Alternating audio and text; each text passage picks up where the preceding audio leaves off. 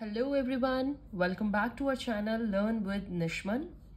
In last video we completed the very important topic, that is FIR, and today we will proceed with the next report, that is occurrence report. Okay, it's also prepared by the police officers under section 157 to section 159 of CRPC, the Code of Criminal Procedure 1973. So let's discuss this very important topic. Today we will cover the 3 sections. क्या होता है बच्चे? Under section 157 information, we will discuss 157 section first. So in it, information is received or somewhere from otherwise, there is a reason to suspect and it is a cognizable offense. फिर क्या होता है? Immediately a report of the commission of that cognizable offense is prepared and that report is to our JM, judicial magistrate, and shall proceed in person or depute subordinate. Police takes measures of discovery and collection of evidences. Mainly the thing is done for the discovery and collection of evidence. Okay, so हमने सबसे पहले इसमें क्या बात बोली है? There is information, आपके पास कोई इंफॉर्मेशन आती है, राइट, और अदरवाइज. सो इंफॉर्मेशन कैसे आ सकती है? Either through FIR, that is formal one, ठीक है, FIR जो फॉर्मली लॉन्च्ड हुई है, या फिर आपके पास इंफॉर्मेशन अदरवाइज किस सोर्स से आ सकती है? कोई क्रिप्टिक इंफॉर्मेशन है, ओके, कोई स्पाई है या कोई इंफॉर्मेंट है, right, any other informant who wanted to convert that information into FIR, right? So there is no need of FIR for investigation. आपको जरूरी नहीं है कि हर बार FIR ही हो. One can go and investigate with or without FIR, right? Investigation then you do and then you send report to the magistrate. The word information received is always a formal FIR which has been lodged in the police station. Whereas the word here otherwise, information and otherwise use किया है ना बच्चे हमने. जो यहाँ पर information है वो सिर्फ FIR को डिपिक्ट करती है and otherwise में which means any other source from where the police officer may have, you know, he got information. It can be telephonic information or any other information by any person who made it to the police officer. However, ultimately, even in such a case, FIR has to be lodged as it is the FIR only which has to be sent to the magistrate, right? आपके पास कोई cryptic information आई है, उसके बाद भी आपको FIR तो देखिए बनानी ही पड़ेगी, बिकॉज उसको ही आप मैजिस्ट्रेट के पास भेजेंगे in the form of an occurrence report, जो हम ये पढ़ रहे हैं. सो एट लास्ट FIR का रूप देना ही पड़ता है.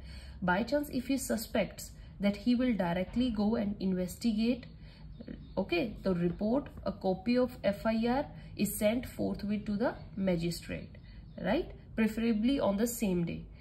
If sent after 2 days or next day, then it may raise a question of doubt on the role of police, so he may introduce any changes in that, right. तो आपकी duty क्या बनती है? जैसे ही आपको इन्फॉर्मेशन मिली, investigate करने के बाद you have to prepare an occurrence report और आपको वो मजिस्ट्रेट को भेजनी पड़ती है, या फिर आप FIR तुरंत की तुरंत भेजो, राइट. तो कोई क्वेश्चन, कोई डाउट हटाने के लिए इट्स फेवरेबल कि आप उसको विद इन सेम डे ही भेज दीजिए. ओके, आप चेंजेस क्यों बनाते हैं? To not allow alternations in the original FIR, इसलिए आप चाहते हो कि FIR उसी दिन आए. या to come with judicial knowledge, police officer might not investigate for some reasons, he will give reason for the same. अगर उसने इन्वेस्टिगेशन आगे फर्दर नहीं करी है तो उसके भी रीजंस वो देंगे. If the magistrate finds that FIR states that investigation is in process, but if closure is filed, he might be satisfied or order an investigation, right? Under section 159 order फिर से magistrate दे सकते हैं if he thinks कि he can get preliminary inquiry report to have investigation done. So it can be raised even at the trial stage where the court can adverse interference against police officer, right, police officer के साथ interfere करने के लिए वो फिर से question raise कर सकते हैं। तो अब आपको समझ में आया बच्चे, अक्रेंस रिपोर्ट कब बनती है? When there is not actual FIR but you got some information और otherwise from any resource, then after investigation you prepare that occurrence report. और अक्रेंस रिपोर्ट किसके पास जानी होती है? मैजिस्ट्रेट के पास, राइट।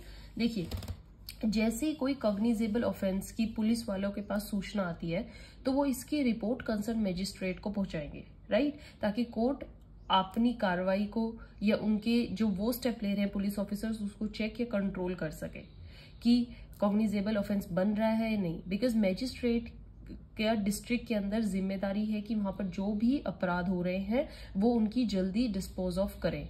जांच के दौरान मैजिस्ट्रेट जो है डायरेक्शन भी दे सकते हैं एज अंडर सेक्शन 159 की जो फर्दर स्टेप उनको लेना है नहीं लेना है।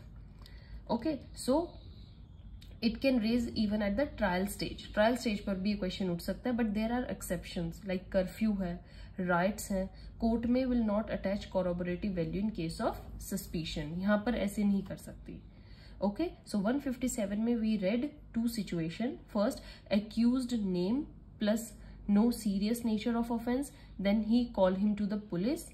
ये सेकेंड नेचर है, appears to the police officer, no sufficient ground, तो नो इन्वेस्टिगेशन। ठीक है, ये हमारा सेक्शन 157 कहता है। So information received, police officer को by chance information they got, proceed to the spot, ये सबऑर्डिनेट ऑफिसर को भेजा, send it to the magistrate forthwith, else court में draw adverse inferences. So you have to follow a procedure. अगर कोई investigation require ही नहीं है, one can inform in the report में ही आप लिख देंगे कि such reasons are there why the investigation is not done by the officer. ठीक है, तो आपको इन्फॉर्मेशन मिली, आप उस स्टेज पर जाएंगे जहां पर वो रिपोर्ट हुई है, वो ऑफेंस हुआ है, वहां की एक रिपोर्ट प्रिपेयर करेंगे, उस रिपोर्ट को पुलिस के पास भेजेंगे, मैजिस्ट्रेट के पास भेजेंगे। बट अगर आपने इन्वेस्टिगेशन नहीं करी है तो आपको उसके रीजंस भी देने हैं कि why not you done that, right. Now come to section 158। 158 क्या बात करता है बच्चे? There is every report that is sent to a magistrate under section 157 submitted through superior officer, right? general हो सकते हैं और by through special order और appoint someone else, right? so जो section 157 में रिपोर्ट भेजी जाती है वो कैसे भेजनी है? it is to be sent by any superior officer के through as appointed by state government और police। ओके, तो वो प्रोसेस ये होता है, ये सेक्शन 158 में बताया गया है। If written not to investigate, अगर इन्वेस्टिगेशन की बात लिखी गई है कि नहीं करनी, superior officer will direct to investigate the case. By chance क्या होता है, देखिए मैं आपको बताती हूँ, SHO है, राइट, ही रिसीव्स इंफॉर्मेशन, तो इंफॉर्मेशन रिसीव की, इधर ही send directly to judicial magistrate, और वो क्या करेंगे अंडर सेक्शन 158 को यूज करके क्या करेंगे, he will send it to the SP and then SP will send it to the judicial magistrate. Why to SP? अगर if SP finds that endorsement of closure then order to investigate, आगे SP भी information मतलब order of investigation दे सकते हैं।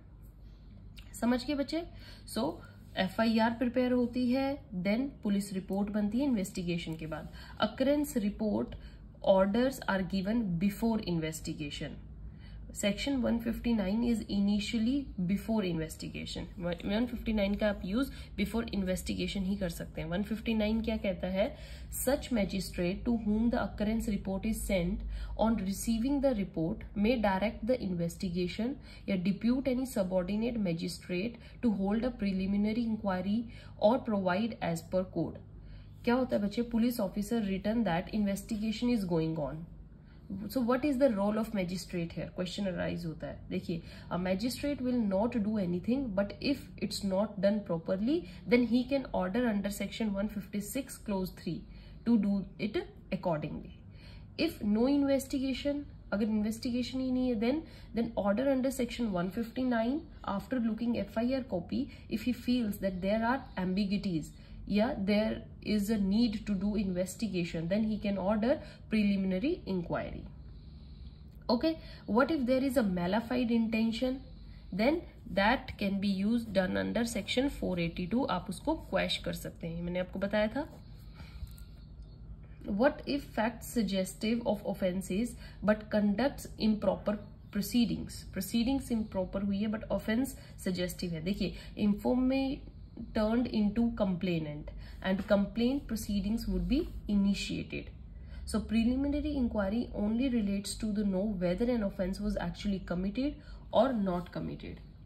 Right, बच्चे? So this is the main topic which we have discussed right now. What is actually an occurrence report? देखिए, occurrence report is the report that is sent by the police officer. किसको भेजी जाती है? To the magistrate after recording in FIR record करने के बाद एक occurrence report होती है जो जुडिशियल मजिस्ट्रेट को भेजी जाती है. And in such report he declares as to whether he will investigate the case और नॉट. राइट, इन्वेस्टिगेट करेंगे कि नहीं करेंगे. The report is basically a copy of FIR with the endorsement regarding the investigation. तो FIR साथ में होती है और उसके साथ होती है हमारी अकरेंस रिपोर्ट. राइट, ये बेसिकली एक कॉपी होती है with regarding the investigation. It is required under section 157 that it shall be sent forthwith to the magistrate. forthwith means immediately और as soon as possible. The purpose of sending the occurrence report, क्या purpose होते हैं? The fact that an FIR is lodged should be immediately brought to the judicial knowledge. Second, if the copy of FIR is immediately sent to the magistrate, then the chances of police officer manipulating or improvising upon the FIR will be done away. Right? कोई chances नहीं होंगे with it. It can always be compared with the copy of FIR with the magistrate. If police officer has decided not to investigate, then magistrate may direct him to conduct the investigation. I told you. So if there is a delay in sending occurrence report, the trial court will seek an explanation from police officer regarding the delay. क्यों delay हुआ भाई बताइए. And if there is no proper explanation given, then court may draw adverse inferences regarding the role of the police and also that of the informant. Thus, subsequently, when the informant appears as a prosecution witness, FIR will lose its corroborative value with respect to the testimony of that witness. So that is basically an occurrence report is. Okay, it is sent along with FIR. FIR के साथ occurrence report भेजी जाती है. What all powers are given under section 159? 159 में और क्या क्या power है?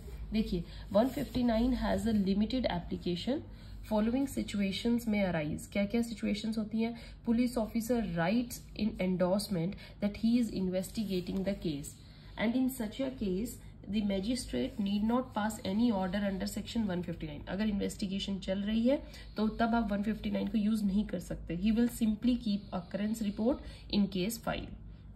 The police officer endorses that he will not investigate the case. अगर investigate वो करने से मना करता है, in such a case magistrate may looking at FIR itself may decide that the case shall be investigated. अगर magistrate को लगता है case investigated है, मतलब इसमें investigation होनी चाहिए, thus he can order police officer to investigate, upon which police officer is bound to investigate. Right? Magistrate also, if satisfied regarding the non-investigation in the case, he may not pass any further order. अगर उसको भी लगता है कि investigation की जरूरत नहीं है, then he may not do that. So magistrate may not be satisfied with the FIR in deciding whether investigation shall be done or not, and thus he may himself or through his subordinate officer get a preliminary inquiry conducted. Preliminary inquiry में क्या होगा? It's not for the purpose of collection of evidences, rather it is only for the purpose of examining whether investigation shall be done in the case or not. Investigation होनी चाहिए थी कि नहीं होनी चाहिए थी. So basically ये check करना होता है magistrate को under section 159. Okay, so upon the inquiry being completed, if magistrate may decide for the investigation, अगर लगता है investigation की हाँ जरूरत है, he may order police officer to investigate. After the preliminary inquiry or without the preliminary inquiry, magistrate may deem proper that in the case complaint proceeds will be better than investigation. And if police have not already started the investigation, then he may get the complaint filed by informant and take up the complaint proceedings. भी आप complaint लीजिए और फिर चलिए. समझ में आ रहा है बच्चे? There are various cases, landmark judgements जो रही हैं, Arjun Manik versus state of Bihar, Maharaj Singh versus state of UP, Ravindra Mahto versus state of Jharkhand, बहुत इंपॉर्टेंट जजमेंट्स हैं, गो एंड रीड देम।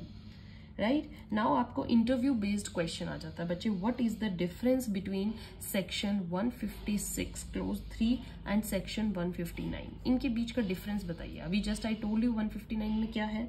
देखिए सेक्शन 156 क्लोज 3 में क्या है, हेयर पास इन्वेस्टिगेशन ऑर्डर, इसमें प्रॉपर इन्वेस्टिगेशन ऑर्डर होता है, lodge FIR and then investigate. यहाँ पर 159 is based on occurrence report, ये बेस्ड ऑन FIR। समझ में आया है? तो यहाँ पर क्या है बच्चे, pass an investigation order, no such scope, post FIR situation if police not investigating. तो आप पोस्ट FIR से भी इन्वेस्टिगेशन का ऑर्डर दे सकते हो। ओके यहाँ पर order pass for proper investigation, here is no such scope. यहाँ पर एप्लीकेशन मेड बाय पार्टी, यहाँ पर एप्लीकेशन पार्टी करती है, and here there is no any no application is made by the party. यहाँ पर होता है matter between police and party, यहाँ पर होता है matter between police and judicial magistrate. Okay it's very wider, it's very narrower concept. So 156 clause 3 is much broader in its context as we compare to section 159. Okay, occurrence report अगर कोई आपसे पूछे, it is the copy of FIR along with endorsements. So section 159 has limited application at the stage of FIR has been lodged and occurrence report has been submitted before the magistrate. Right so इसकी limit application होती है, और कब होती है, जब FIR laws हो चुकी है और अकरेंस रिपोर्ट सबमिट हो चुकी है। बट सेक्शन 156(3) में ये एक जनरल पावर है मैजिस्ट्रेट की to order investigation and also to order lodging of FIR।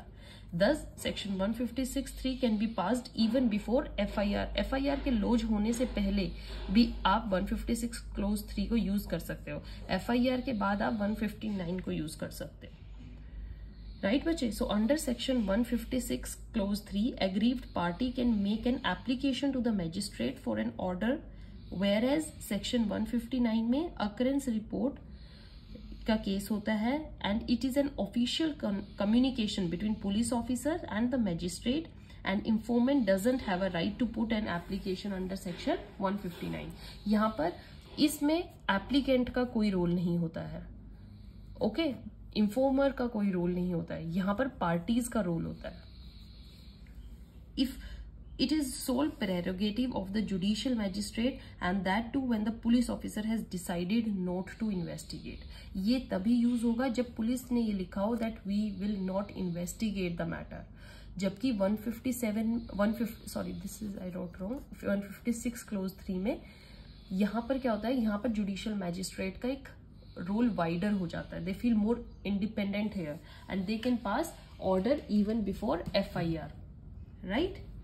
Under section 159 once the order has been passed and the investigation is still not conducted properly, then subsequent order for the proper investigation cannot be passed। तो एक चीज याद रखिएगा, 159 में subsequent order नहीं पास कर सकते हो। एक बार आपने ऑर्डर दे दिया, that's enough। उसके बाद से फिर से आपको लग रहा है इन्वेस्टिगेशन प्रॉपर नहीं हो रही है, you can not do it. But in section 156 clause 3 such an order can be passed, right. समझ में आ रहा है बच्चे? So occurrence report need not be filed after ordering judicial order. When filed under section 156 clause 3, magistrate himself has the copy of complaint. So occurrence report filing is not so important. Okay occurrence report इतनी important नहीं होती है जितनी FIR होती है। Proper investigation order can also be passed. 156 clause 3 is a pre Cognizant stage, pre है मैंने आपको बताया, and 159 is at the stage of FIR। 159 conditional upon occurrence report, अगर अकरेंस रिपोर्ट आई है तभी आप 159 का यूज करोगे।